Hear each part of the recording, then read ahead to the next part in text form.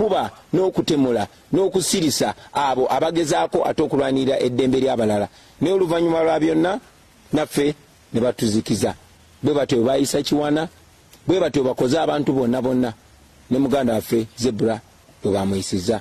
Kitalo nnyo ekya Zebra, naye nkikuteekako Mwami Museveni. You are responsible for the death of these young people.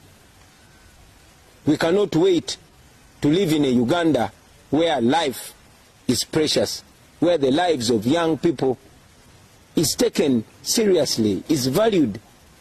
Kitalo nnyo, kitalo ddala ekya muganda waffe Zebra Mando. It's on the same note that I want to mention that it is not only Zebra that was murdered, but also a young man called Robert Mukasa, who was Zebra's close friend. He was arrested by the same security on the day Zebra was murdered. The following day, Robert was found in Bombo, dead and abandoned in a bush. Kyanaku nnyo twebamaze okutemula Zebra, ne gwe bamukutte naye Robert naye bamusanze atiddwa. Pulezidenti w'eggwanga yennyini yavuddeyo n'akakasa nti abantu abasse Zebra abamanyi, naye era kimanyiddwa nti abasse Zebra be baakutte ne Robert, kubanga naye yabadde bokisa era n'azuulibwa ng'afudde. So it is clear nti kati obutemu buli official, gavumenti sanctioning obutemu, ne bajja ne batemula omuntu, ekyo ne kikomaawo. Ekyo no kyanaku, that is what we are fighting to end. I've already mentioned that so many people have been abducted. Many are rotting in jails while others are still missing. And it is our pledge that the first thing that we'll do when we get into power is to free all the political prisoners, all the prisoners of conscience that have been incarcerated by the Museveni regime. And we know that that day is not far from where we are. Ladies and gentlemen, now that we have completed 2020, now that we've stepped strongly, firmly and confidently into the year 2021, we can only praise the Almighty God. We can only say, Ebenezer, thus far the Lord has brought us. In the new year 2021, we choose hope over fear. We choose confidence over doubt. Ladies and gentlemen, this is the year that we all have been waiting for. This is 2021. We have been planning for this year. We've been waiting for this year. And now we are here. Like Shakespeare said one time, that let us remember and celebrate. Let us eat and drink to the general happiness of the company and our friends that have not made it. But we are here. We are in 2021. And we've always been saying Mission 2021. This is the year to accomplish our mission. We have 12 days from today. 12 days. But I would rather look at it from the point of view of 10 days of campaign. 10 more days. So, we have 10 days to determine the future of our country. We have 10 days to determine the fate of Uganda. We have 10 days of campaign and 12 days to a historical election. It is this election where we are going to determine whether we shall remain slaves in our own country or whether we shall free up. It is in this election where we are going to decide whether our lives are going to be precious and valuable or we are going to continue dying like useless creatures in our own country. It is those 12 days, ladies and gentlemen. I want to make a clarion call to all the people of Uganda. I call upon you, ladies and gentlemen, to rise up and accomplish the mission that we have all been preaching. I want to call upon you to turn out in large numbers and vote. I want to encourage all of you to dedicate these remaining 12 days. To dedicate these days to the future of our country. I've said it before, ladies and gentlemen, and I want to say it again, that we are non-violent. General Museveni has tried everything possible to project us as violent so that he can be able to respond to us with violence. I say it one more time, that we are non-violent. We are just Ugandans. We are farmers. We are border riders. We are nurses. We are doctors. We are teachers. We are lawyers. We are people of Uganda that are determined to change the fate of their nation. We are Uganda. We are the National Unity Platform. We want to change our country, and we are doing that peacefully. So, to the people of Uganda, turn up in big numbers and vote. That is the only solution. We've called upon you in the past to register massively as voters, and you did so. We called upon you to open your eyes, and you did so. We called upon you to spread the message of freedom, and you did so. Now is the time to vote. This is no usual election. This is a revolutionary election. So let's come out in big numbers and vote. Bamama abali mu katale, mikwano gyange aba boda, abalimi, abantu abali mu byalo, yonna gye muli muveeyo mulonde mikwano gyange, ate mulonde mu bungi. Eyo ye ansa yokka. Akaluluko ke kagenda okuteeka eddagala mu malwaliro. Akaluluko ke kagenda okukomya ettemu lino lye mubadde mulaba erigenda mu maaso. Akaluluko ke kagenda obulamu bwo bukyusa bubeere bwa kitiibwa.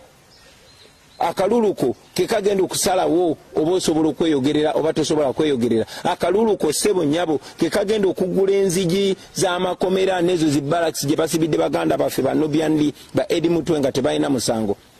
Akaluluko ke kagenda okuwa eddembe okweyagalira mu nsi yo, ke kagenda okuwa citizenship, ke kagenda okuwa eddembe ly'obuntu naawe obeere ng'omuntu. It is your vote that is going to do that. And please, tubasaba zino ennaku 12 ezisigaddeyo muziweeyo mikwano gyange, muziweeyo ku lw'ensi yammwe. Keera buli ku makya obeeko gw'otuusaako obubaka, keera buli ku makya oteeketeeka omuntu, muveeyo mu bungi mulonde. Olunaku lw'14 lwe tugenda okulonda. Teekateeka masiki yo, teekateeka national ID yo, teekateeka akagonge we balondera, ofube olonde. N'abo abalwadde oba bateesobola mubayambe baveeyo balonde. It is on the 14th of January 2021 when we are going to change the fate of Uganda. We know that the regime is planning on a lot of things. We know that the regime is planning to cut off the internet. We know that the regime is planning to cut off mobile money services. We know that they are planning to cut off electricity. We know that they are even planning a lockdown. We know they are planning massive arrests, which they've already started doing. We know that they have already arranged fake terrorist centers in Mbuya barracks and other military centers. We know that they have carried out and they continue to carry out massive arrests. So prepare for that. Tukimanyi bulungi the government ya Museveni teina chance ku kalulu. Yensonga lwaki bali mu kuyoola abaana bazzeemu pandagaali. Tumanyi nti bateekateeka ku lunaku olwo okussa amagye. They intend to deploy the military everywhere to intimidate people, to stop people from voting. Bateekateeka okuleeta amagye bagayiwe buli wamu. Bateekateeka okutiisatiisa abantu babalemesa okulonda kuba bamanyi bannayuganda bavaayo mu bungi ne balonda Museveni akake kabawo kabweddemu. Tumanyi nti bateekateeka okuleeta obululu okubuyiwamu ng'olwedde buli tikiti. Bateekateeka okusalako internet. Bateekateeka okusalako amasannyalaze mu bitundu ebisinga obungi eby'omu Uganda. Bateekateeka okusalako mobile money. Tumanyi nti bateekateeka n'okola lockdown. Ensonga lwaki tubasaba mweteeketeeke. byo byonna mubeere nga mubimanyi. Bagenda kukusala amagezi okukwata abantu bangi nnyo. Ba agenti baffe bagenda kufuba okulaba nga babayoola. Bafuba nnyo okulaba nga buli muntu aneetoolodde oba buli muwagizi wa NUP oba buli mukulembeze wa NUP nga bamukwata ne bamusiba. Njagadde nnyo bannayuganda mubitegeere. Manyi nti bateekateeka batayitegese nadda. In fact tale center emu bagitadde Mbuya, endala tulina information bagitadde Nakasongola, naye ne mu bitundu ebirala gye baagala okugattiragatira omugatte ogwa omufu ogw'okulonda. But I want to encourage all of you, one, turn out in large numbers and vote, and after that please keep a safe distance but continue watching the proceedings. Don't go back home. Let us dedicate the 14th of January to our nation. Everything that we are encouraging you to do is legal, it is constitutional, and nothing is criminal. We also know that the Electoral Commission intends to delay voting materials in some areas, particularly in Kampala, in Wakiso, in Mukono,